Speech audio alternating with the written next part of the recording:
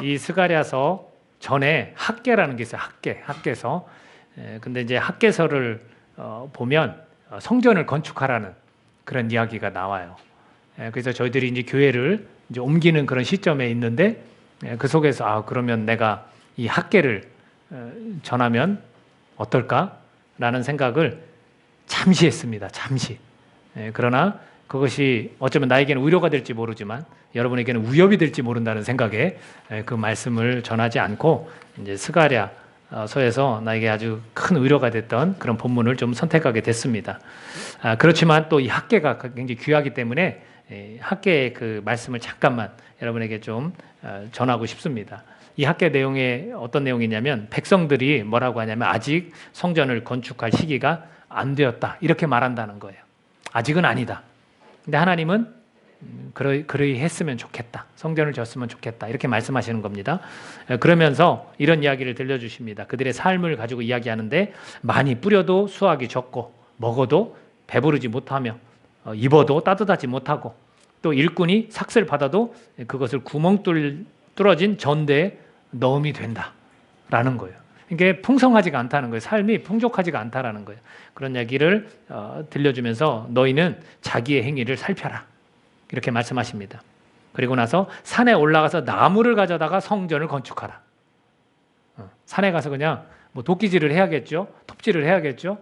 그래서 나무를 가져다가 성전을 건축하라는 거예요. 그러면 내가 기뻐하고 또 영광을 얻을 것이다. 이렇게 말씀해 주세요. 그러니까 그 마음을 보는 건 것 같아요.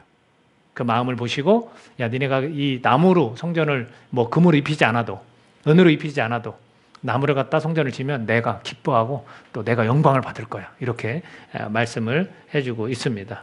그러면서 이제 전곡을 찌르죠. 전곡을 찌릅니다. 내 집은 황폐했을 때 너희는 각각 자기의 집을 짓기 위하여 신경만 쓰고 관심만 가지고 있구나. 이렇게 이야기를 하세요.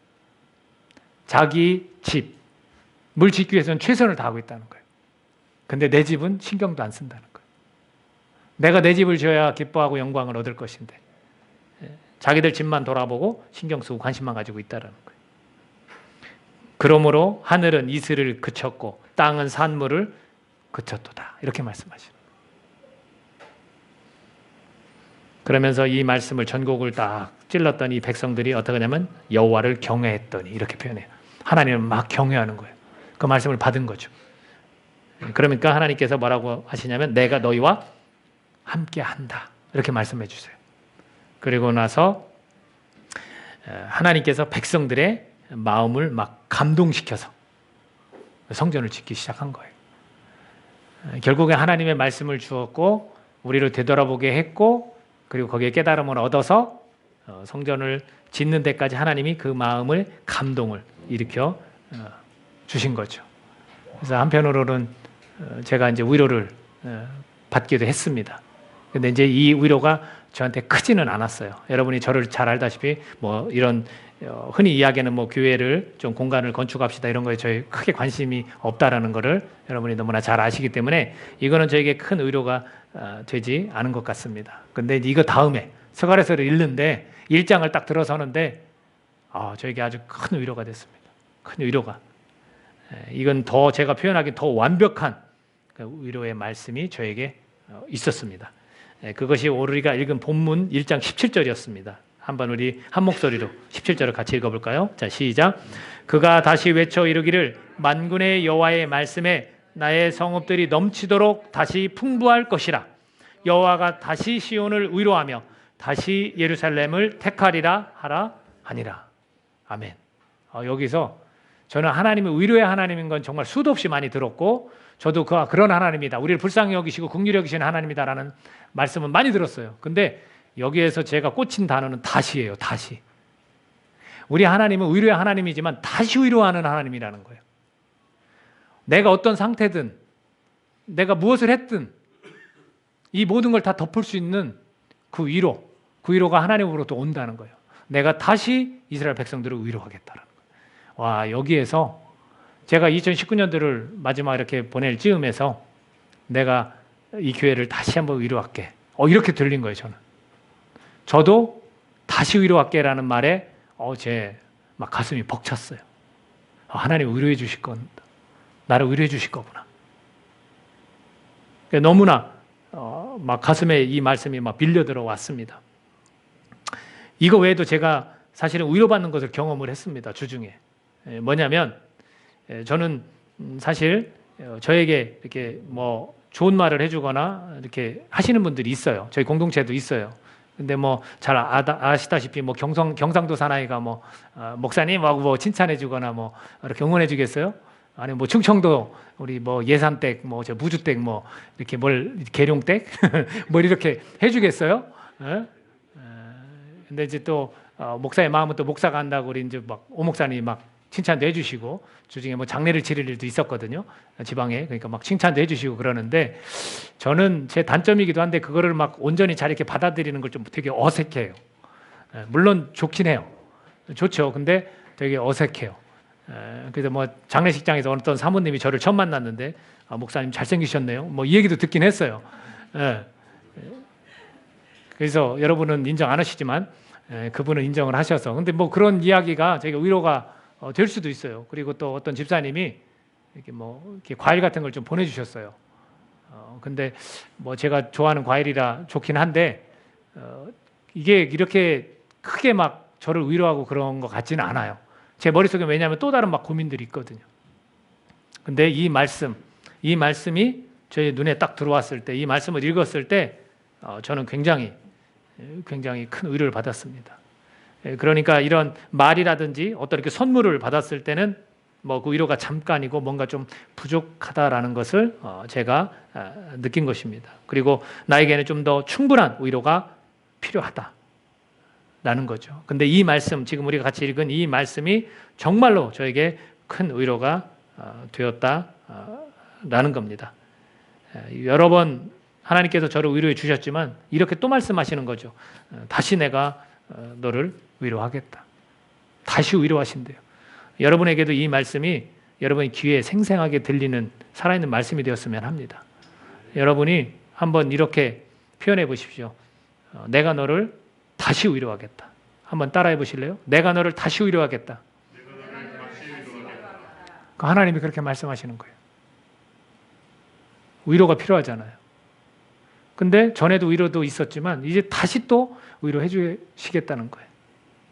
그러면 이런 위로가 어떤 경우에 저에게 가슴에 이렇게 밀려오듯이 크게 와 닿을까요? 제가 보니까 힘든 상황에 놓여 있을 때 하나님의 말씀은 정말 크게 와닿는 것 같아요. 이스라엘 백성이 지금 어떤 상황에 놓여 있냐면 70년 동안 괴롭힘을 당한 거예요. 포로 생활을 한 거예요. 그리고 이제 귀환할 때쯤 또 귀환했을 때 이 시기에 지금 이 말씀을 주시는 거예요. 근데 천사가 스가랴에게 나타나서 이거 이야기를 하는데 천사가 중개 역할을 하는 거예요. 중보 역할을 하는 거예요. 하나님한테. 하나님, 언제까지 하나님이 사랑한다는 저 백성 불쌍히 여기지 않으실 겁니까? 그들이 70년 동안 포로 생활하고 이제 돌아오지 않았습니까? 그럼 이제 좀 불쌍히 여겨주십시오. 라고 천사가 그렇게 이야기를 하고 있는 겁니다. 12절 한번 같이 읽어볼까요? 12절 시작. 여호와의 천사가 대답하여 이르되 만군의 여호와여, 여호와께서 언제까지 예루살렘과 유다 성읍들을 불쌍히 여기지 아니하시려 하나이까? 이를 노하신 지 70년이 되었나이다 하매. 그러니까 이 이스라엘 백성이 뭔가 잘못해서 그걸 깨닫게 하기 위해서 포로로 이제 잡혀갔다가 이제는 이 정도면 저들도 깨달았고 그들이 얼마나 불쌍합니까? 당신이 사랑하는 백성 아닙니까? 라고 천사가 이제 이야기를 하는 거죠. 이거를 봤을 때 그들이 얼마나 힘든 상황에 놓여 있는지를 알 수 있다라는 거예요. 저도 마찬가지죠. 제가 왜 이 말씀이 저에게 그렇게 크게 큰 위로가 되었냐면 제 개인의 상황이 지금 그래요. 잠깐 설명하자면 제가 건강은 사실은 그 좋은 편은 아니지만 정기적으로 혈액 검사도 하고 초음파 검사도 해요. 그럼 항상 이 담석은 가지고 있어. 2.3cm 정도가 쓸개 안에 항상 있어요. 그러니까 이거는 내 몸에 큰 영향을 주지 않으면 그냥 평생 가지고 가도 돼요. 근데 이제 혈액 검사를 통해서 간질환 검진을 하는데 이렇게 연수마다 제가 가지고 있어요. 검사 결과지를. 근데 숫자가 점점 올라가는 부분이 있어요. 그러면 이제 제가 신경이 쓰이죠. 그리고 이제 제가 허리가 좀 요즘 아프더라고요. 그러니까 이제 몸이 좀 아프면 사람이 이렇게 신경이 좀 날카로워지기도 하고 그러잖아요. 근데 건강이 이렇게 썩 좋지는 못해요. 그리고 뭐 하여튼 이 얘기만 할 때 민망하긴 하지만 물질적으로 어려운 거 아시잖아요. 그러니까 이제 그것도 신경이 쓰여요. 굉장히 신경이 쓰이는 거죠. 그리고 그뿐이 아니죠. 이렇게 사역도 지금도 사실 여기를 다른 교회가 좋은 교회가 들어와서 좋지만 마음은 내심 그렇게 편하진 않아요. 그런 거 있잖아요. 되게 정성도 많이 쏟고 이쪽에서 굉장히 많은 은혜도 우리가 경험하고 했는데 이걸 다 고스란히 놓고 또 가서 아무것도 안 돼 있어요. 천정, 바닥 뭐 아무것도 안 돼 있고 우리가 가지고 있는 비용도 그거를 감당해내기 조금은 어려워요. 이게 이제 제 머릿속에서 이제 생각이 있는 거죠. 또 사역도 새롭게 시작한다는 마음으로 하기 때문에 뭔가 좀 달라져야 되는데 이 지체들과 함께 이것이 맞아서 같이 뭔가 달라져야 되는데 이런 사역에 대한 고민과 생각들을 하는 거죠. 그래서 이제 옮기는 문제까지 제가 이제 고민을 하고 있는 거죠. 이런 상황 속에서 주중에 주신 말씀이 딱 이거예요. 그러면 제 나름대로는 내가 다시 위로해 줄게. 내가 다시 위로해 줄게. 이 말씀이 얼마나 크게 와닿겠습니까? 하나님이 위로해 주시니 내 걱정과 고민과 염려들이 조금씩 이렇게 내려놓는 거예요. 그러면서 여러분에게 학계의 말씀으로 성전을 건축하는 거 나누지 않았지만 또 귀한 말씀이 윗구절에 있더라고요. 윗구절 16절 한번 같이 볼까요? 16절 자 시작. 그러므로 여호와가 이처럼 말하노라. 내가 불쌍히 여김으로 예루살렘에 돌아왔은즉 내 집이 그 가운데에 건축되리니 예루살렘 위에 먹줄이 쳐지리라. 만군의 여호와의 말이니라. 제가 그 공간을 어떻게 좀 효율적으로 할까 생각하는데 이 말씀이 뭐냐, 먹줄은요 이렇게 쭉 잡아당겨서 위에다 딱 튕기면 이렇게 쫙 하고 선이 그어지는 거거든요. 야, 이것마저도 내가 걱정할 게 아니구나. 하나님이 먹줄을 쳐주신다네. 그러니까 이 옮기는 문제로 고민했던 것도 어느 정도 마음이 이렇게 쫙 하고 놓였어요. 기가 막히지 않아요? 어떻게 이런 구절이 이때에 교회를 옮기는 이때에 그 공간을 어떻게 활용할까 고민하는 때에 이 말씀이 나에게 주어졌으니 얼마나 큰 위로가 됩니까? 우리 13절 같이 한번 읽어볼까요? 13절 시작. 여호와께서 내게 말하는 천사에게 선한 말씀, 위로하는 말씀으로 대답하시더라. 그래요. 천사가 말해주진 않았지만 저는 이 천사가 말해준 이 스가랴서를 통해서 오늘 저에게 선한 말씀, 의뢰의 말씀을 저에게 던져주신 거예요. 우리가 어려운 상황 속에 있다 할 때 이 말씀이 정말로 나에게 얼마나 큰 위로가 되는지 모릅니다. 하나님께서 말씀하실 때 위로가 된다라는 거예요. 우리 많은 그리스도인들이 그럼에도 불구하고 다른 데서 자기 자신들의 위로를 찾으려 하는 것 같습니다. 만족스러우면 이제 위로가 될 줄 아는 것 같아요. 나 지금 이게 필요한데 이걸 딱 하고 채워주시면 위로가 될 텐데 이렇게 아는 것 같아요. 그리고 때로는 자기가 이렇게 찾아가는 거죠. 위로를. 사람을 만나면 위로가 될까? 뭐 우리 신앙인들이 부끄러운 것 같지만 많은 신앙인들이 내가 술 한잔 마시면 위로가 될까? 내가 어디 가족하고 여행이나 좀 다녀오면 위로가 될까? 위로가 되죠. 제가 말씀드렸듯이 뭐 선물을 받든 사람으로부터 칭찬의 말들이나 뭐 이렇게 좋은 이야기를 들으면 위로가 될 수 있지만 그건 잠깐이더라고요. 잠깐. 그러니까 하나님께서 말씀으로 하실 때 그것이 진정한 위로가 될 수 있다라는 거죠. 우리 그리스도인들이 조심해야 될 게 뭔지 아십니까? 여러분, 나름대로의 시나리오를 쓰지 말라는 거예요.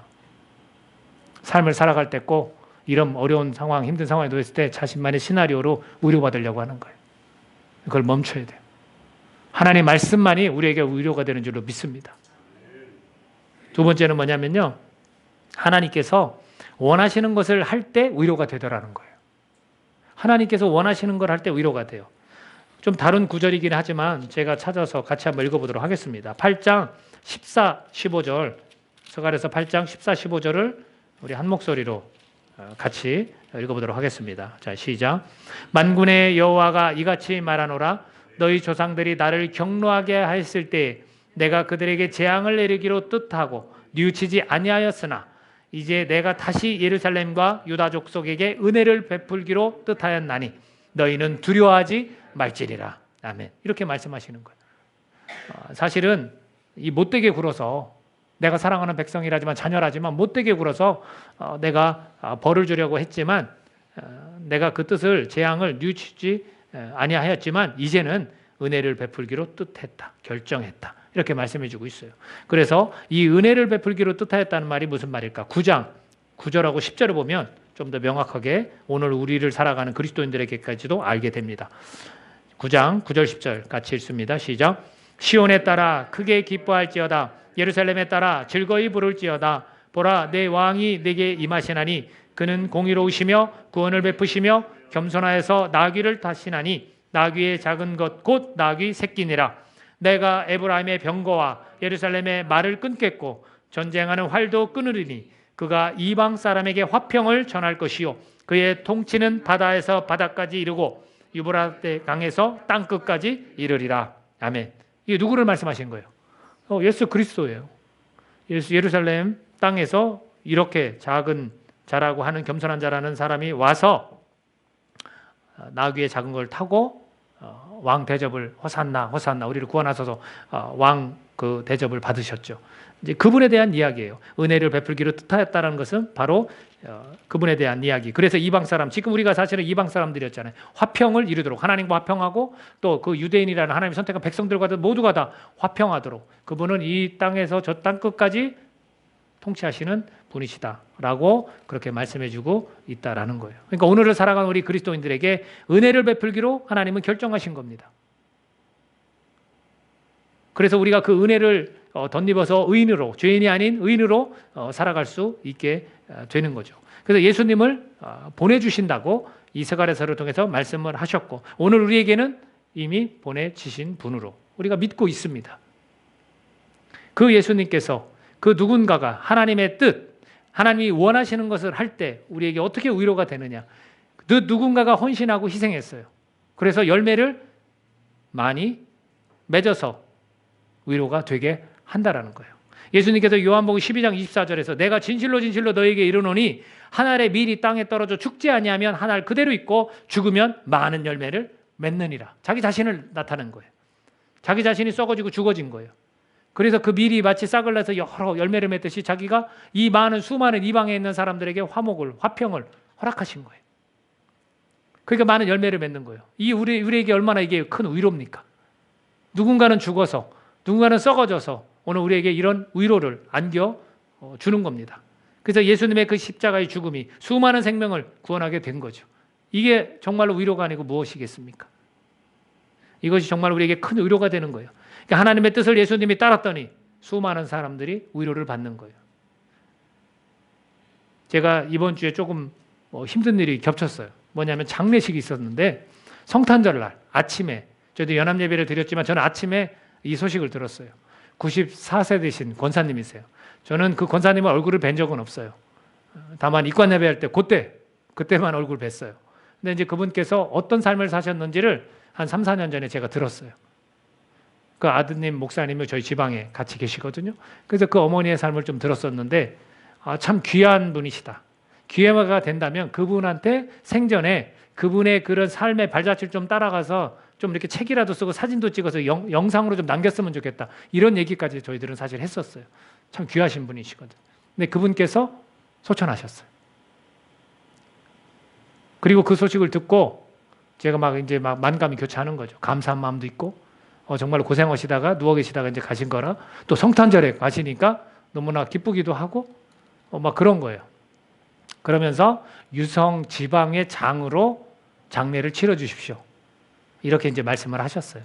그러면 결국에 제가 회장으로서 모든 집례를 다 해야 돼요. 입관, 위로, 발인, 하관. 설교가 몇 편이에요? 목사니까 일단 딱 생각되는 게 어떤 말씀을 전해야 되나. 다행히 입관과 하관은 또 이제 선배 목사님들이 계셔서 연락을 많이 하고 해서 그분들이 해주시긴 했죠.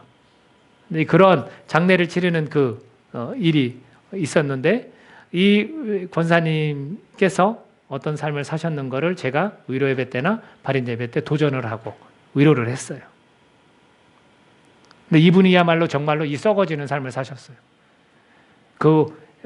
조화라고 하죠. 돌아가셨을 때 막 그 꽃을 막 보내잖아요. 다 어디에서 온 거냐면 순천에서 온 거예요. 순천. 순천이 굉장히 유명한 그런 우리 선교사님들이 순교한 그런 지역이에요. 복음으로 굉장히 이렇게 많이 복음화된 그런 지역이거든요. 그곳에서 그분께서 홀로 6남매를 키우셨어요. 그리고 세 형제는 다 지금 목회 사역을 하고 계세요. 근데 그분께서 200명이 넘는 고아를 돌보신 분이세요. 그리고 매주 토요일마다 예쁘게 저고리 있죠. 한복 저고리 밑에는 까망, 위에는 흰색 가방을 딱 메고 매주 토요일마다 순천 지역을 돌면서 자기 지역이겠죠. 사셨던 데를 돌면서 전도를 하신 분이세요. 그때 별소리를 다 들으셨대요. 미쳤다라고도 하고. 그래도 하루도 안 빼놓고 계속해서 매주 토요일마다 그렇게 도우셨대요. 그 결과 그곳에 교회가 없었는데 교회가 생겼어요. 그리고 고아들의 어머니라는 소리를 들으시고요. 자녀들을 그렇게 신앙적으로 다 훌륭하게 키우셨고요. 남편분이 일찍 돌아가셨기 때문에 홀로 그렇게 헌신된 삶을 사셨어요. 근데 그런 분의 장례를 치르는데 제가 어떤 말씀을 전하겠습니까? 얼마나 귀한지 몰라요. 한 알의 밀이 땅에 떨어져 죽었더니 많은 열매를 맺는 거예요. 예수님이 그렇게 사셨던 것처럼 이 권사님도 그렇게 사셨다. 우리 자녀들이 이 부분으로 위로를 좀 받았으면 좋겠다라고 그렇게 전해드렸어요. 제가 그 장례를 치르면서 몸은 조금 피곤하고 신경도 쓰고 했지만 저는 참 큰 위로가 됐어요. 그런 분의 삶을 볼 때 우리에게 위로가 되는 거예요. 저에게도 이 과정을 거치면서 참 위로가 됐다고 그 유가족들에게 제가 표현을 했습니다. 여러분, 어떤 한 신앙인의 삶이 누군가에겐 위로가 되더라라는 것입니다. 저와 여러분의 삶이 정말로 위로가 되었으면 좋겠어요. 내 삶을 보고 그냥 많은 사람들이 위로를 받는 거예요. 하나님 나라의 삶의 법칙은 뭡니까? 위로가 곧 도전으로 작용한다는 거예요. 저희 아내는 참 도전이 됐다고 그러더라고요. 저는 위로가 됐다고 말했고 저희 아내는 도전이 됐다는 거예요. 여러분, 우리가 그런 어떤 한 신앙인의 삶을 볼 때 위로가 될 수도 있고 또 도전이 될 수도 있는 거예요. 말씀으로 위로를 받았을 때도 또 도전이 저는 되었습니다.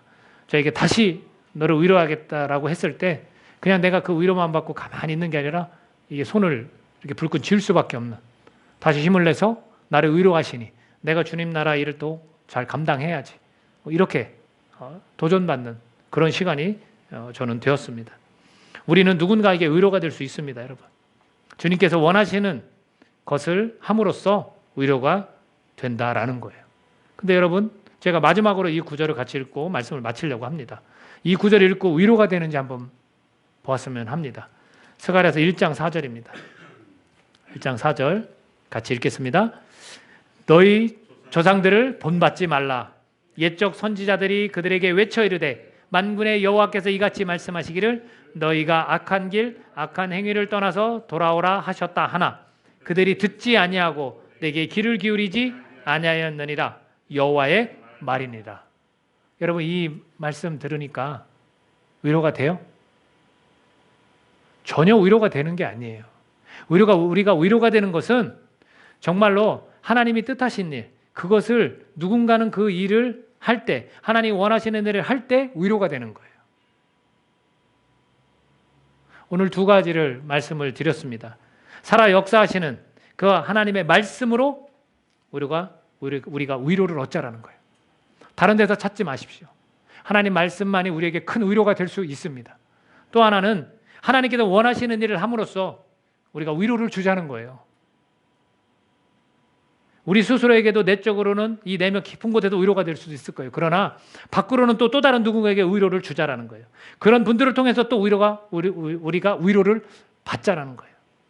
제가 이런 이틀 동안 그 장례를 치르면서 위로를 받았듯이 여러분들도 잠시나마 이렇게 전해들은, 또는 여러분 주위에서 그런 삶을 사셨던 분이 계시다면 여러분 오늘 그분을 통해서 여러분 위로를 받으십시오. 예수님의 삶을 통해서도 우리가 충분히 위로를 받을 수 있다라는 겁니다. 사랑하는 여러분, 2019년 우리가 마지막 주일을 보내고 있습니다. 저는 여러분에게 감히 말씀드리지만 하나님께서 여러분에게 이렇게 말씀하십니다. 내가 다시 너를 위로하겠다. 하나님의 말씀으로 여러분이 받으시고 여러분이 위로 받으시기를 바랍니다. 그리고 한 가지 도전을 하겠습니다. 여러분이 하나님이 원하시는 삶을 살 때 서로에게 위로가 됩니다. 2020년 여러분들 정말로 다른 타인들에게, 이웃들에게 위로를 줄 수 있는, 하나님 원하시는 일을 하셔서 위로를 줄 수 있는 저와 여러분이 되기를 예수님의 이름으로 축복합니다. 같이 기도하겠습니다. 저희 공동체에게 필요한 말씀을 저는 딱 주셨다고 믿습니다. 제가 여러분에게 대신 전합니다. 하나님께서 여러분을 다시 위로하신다고 합니다. 이 위로를 받아주십시오. 하나님의 마음입니다. 그리고 다시 마음을 먹되 여러분 도전합니다. 여러분 2020년 하나님께서 원하시는 삶을 사셔서 또 다른 누군가에게 우리가 위로를 줄 수 있는 그런 신앙인이 됩시다. 이 시간 성령님을 의지하면서 함께 기도하는 시간을 갖겠습니다. 하나님